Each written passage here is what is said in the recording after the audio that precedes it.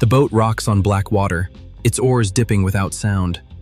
A cloth is pulled tight across the eyes and knotted behind the head, carrying the smell of salt and tar. Steady hands guide the body forward, over a gunwale, onto stone, then up steps that rise into cooler air.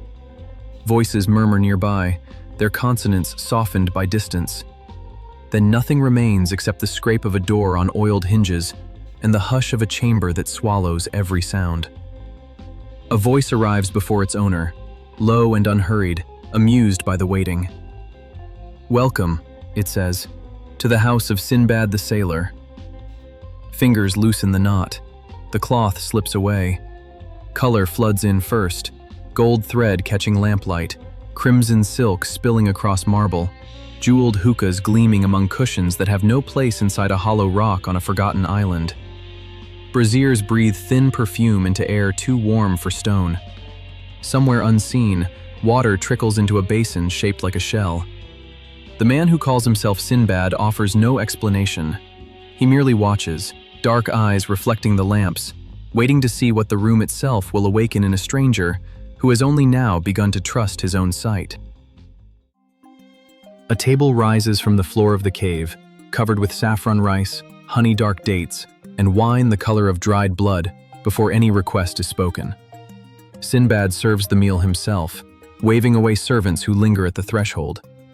In his hands, hospitality is a debt no one else may repay. He talks while he pours. He speaks of years among sailors who would have let him drown for a coin, of a debt returned in full, and of the patience its repayment demanded. The stranger listens, charmed by the ease with which grief becomes anecdote and passes across the table like fruit. "I have walked the streets of Paris more than once," Sinbad says, "and no one there has known my face." He fills the glasses again. Nothing more is said of the remark. The room remains warm, the food remains rich, yet beneath the silk and the glow of the lamps, the arithmetic refuses to balance. A host too generous, a confession too casual, a story unlikely to survive another telling. A spoonful of green paste dissolves on the tongue, bitter, then sweet, then gone before it can be named. The cave does not change. The cave simply ceases to matter. Color arrives before shape, saffron bleeding into rose and rose into a blue with no visible source. Marble figures that stood motionless a heartbeat earlier soften at the hip and throat. One turns its head. Sound thickens until it resembles taste. The floor abandons its argument with the body. Up and down vanish, leaving only the slow tilt of a room remembering it was once a ship. Perfume drifts across the skin like an unseen hand, suspended between memory and weather. A woman's laugh echoes from nowhere, answered by another even closer, though no lips disturb the air. The lamps multiply without consuming more oil. Wine seems to pour itself again. Each breath stretches longer than the last until breathing feels optional, a courtesy offered to a body no longer certain what is touched and what exists only in the mind. Nothing in this place invites refusal. Nothing asks for belief. It exists with the certainty of water and the certainty of falling, until falling and belief become the same motion, and no steady self remains to tell them apart. Morning returns in fragments, the edge of a window, the smell of dust and stone, a body slowly relearning its own weight. Franz lies still until the room no longer sways. In daylight, the cave is only a cave. The marble figures are stone again, properly draped and utterly indifferent. He says nothing of what he witnessed. No language yet exists that can hold it. Outside, the courtyard presents another surprise. The carriages have vanished, the horses with them, carried away during the night without explanation. Albert greets the news as he greets most inconveniences, with cheerful disregard. "Then we walk, or we hire mules, or we are carried like Roman senators," he says, reaching for his hat. Rome managed for centuries without carriages. Franz offers a thin laugh, and the night's impossible visions loosen their hold another degree, settling into memory without surrendering their mystery. The fire in Pastrini's grate has burned down to embers, and his voice sinks with it when Albert casually asks whether the southern road deserves its dark reputation. "There is a man called Vampa," he says. a shepherd's son, no different from 100 others, until Cucumetto, who ruled these hills with a rifle and a reputation, laid hands on a girl named Teresa before his own gang. Vampa put a bullet through his throat before she stopped screaming. By morning, the men who had followed Cucumetto were following him instead. Pastrini pours no more wine. The story needs no assistance. Beyond the inn, the southern road stretches onward, indifferent to the name now tied to it and to the tally it quietly keeps. The carriage rocks south, but Franz's thoughts drift backward, fastening on a detail too exact to dismiss. A shepherd boy who carves saints from boxwood, a traveler who pays in gold for a silver Madonna and vanishes before anyone learns his name. He has heard the pattern before, not from Pastrini but from memory itself. A grotto, torchlight, and a host called Sinbad pouring wine no bandit should possess. His hands become still in his lap. He lets the name escape at last, testing its weight against the rattling window. Sinbad. Albert laughs into his collar, easy and unconcerned. You'll turn an innkeeper's gossip into a ghost. The man fed us lobster, Franz. Bandits don't serve lobster. Franz offers no reply. He watches Rome's lights fade into open fields, the cold settling beneath his collar where no answer can follow, and realizes that whatever truth he has glimpsed, he may have to carry it alone. The Colosseum keeps its dead in silence, and tonight it shelters another secret. Franz presses against a broken arch, the stone at his back colder than the air. Below, two figures meet where the torchlight fails. Coin passes first. He hears the faint clink before he catches the movement of the hands. Peppino keeps his life for this, and not a coin more. Tell Vampa the bargain holds. The second man accepts the purse without speaking and slips into the tunnels beneath the stands. Franz does not stir. He has heard that voice bargain before, in a grotto, over impossible wine, from a host who called himself Sinbad only once. The cloaked figure lingers a heartbeat too long. By then, Franz no longer waits for proof. The voice in the darkness and the voice from the island belong to the same man. The opera box holds a velvet warmth against the cold outside. Gossip travels faster than the orchestra below. Countess G leans behind her fan, eyes bright with a fear she seems almost to cherish. She has noticed the pale stranger as well, motionless through 3 acts, watching nothing and yet missing nothing. He drinks no wine, eats no bread, and his skin holds no blood of its own. I have heard what he is, and I will not say the word twice in one evening. Thin laughter answers her, quick to fade. Franz joins it, but conviction never reaches the sound. The Countess fans herself faster, delighted by the chill she has summoned, until the entire box seems touched by a fear no one cares to name. The curtain parts before Albert's voice arrives. A broad figure fills the doorway, outlined by the corridor light, and every conversation in the box dies before the next word. Franz knows the line of that jaw before he understands why. He has measured it twice already, once above an island shore lit by torches, once across the gulf of an opera house, in faces he forced himself to believe were strangers.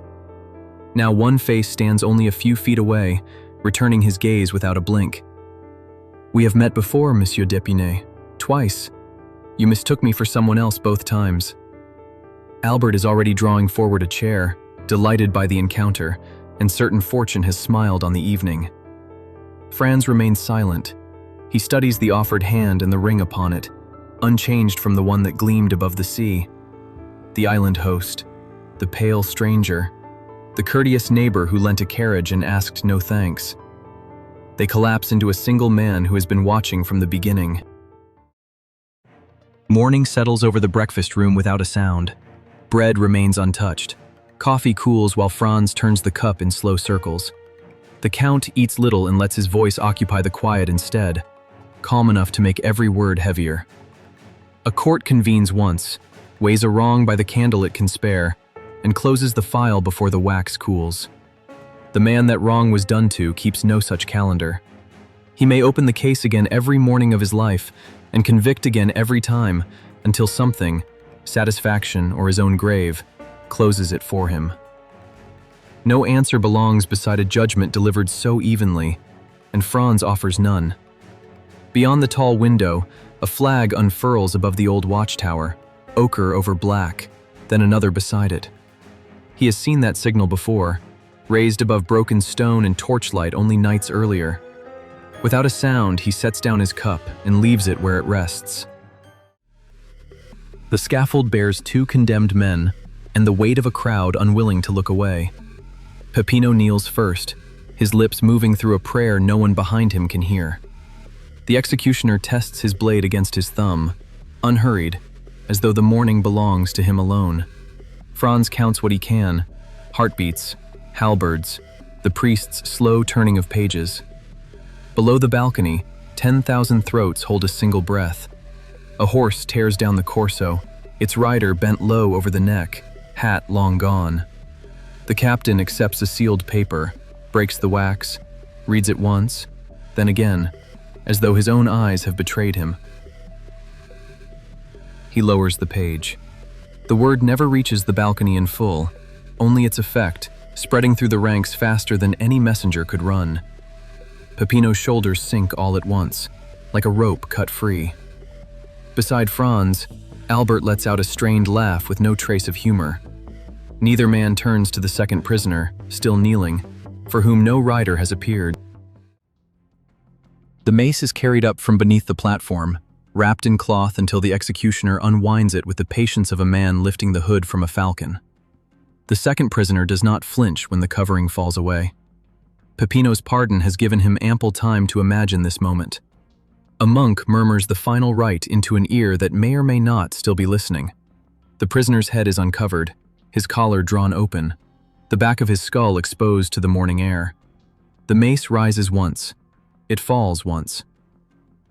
The body collapses the way grain yields before a scythe, all resistance gone in an instant. The executioner kneels over the fallen man and finishes the task with a blade, swift and almost merciful in its economy. 10,000 people exhale together. Somewhere in the crowd, a woman doubles over into her own shawl. On the balcony, the Count lowers his opera glass by a single inch. His mouth never moves. Yet something behind his eyes settles into place, like a traveler taking the seat reserved long before the journey began. Franz grips the stone balustrade with both hands before he realizes he has reached for it. The square seems to tilt beneath him. Albert speaks, but the words never arrive.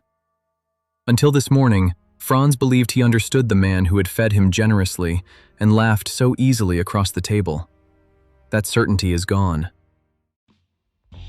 The crowd breaks apart into ordinary life, drifting toward food, wine, and the business of the day, as though the square has forgotten what it witnessed. Franz's legs carry him onward before his thoughts agree to follow. Stone steps, cobbles, bodies thinning until his lungs can draw a full breath again.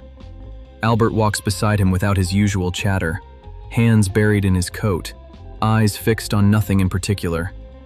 Neither slows, neither speaks.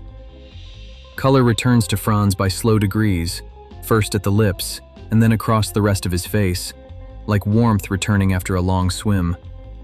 By the time they reach the inn, his hands have stopped trembling. He breathes. He counts the few steps left before he can sit. The body has chosen to endure. The mind still lingers behind. Torches multiply until the piazza forgets its own stones. Masks give strangers permission to laugh louder, stand closer, and let the day's horror slide away like water from polished wax. Franz allows the current to carry him, shoulder brushing shoulder, with nowhere in particular to go. Albert finds his own path more quickly, as he always does. Near a torch stand, a woman in a silver half-mask catches his sleeve, her domino hanging loose at the throat. "You dance as though someone is timing you. Stop." Albert laughs, genuinely this time, and follows her into smoke and confetti.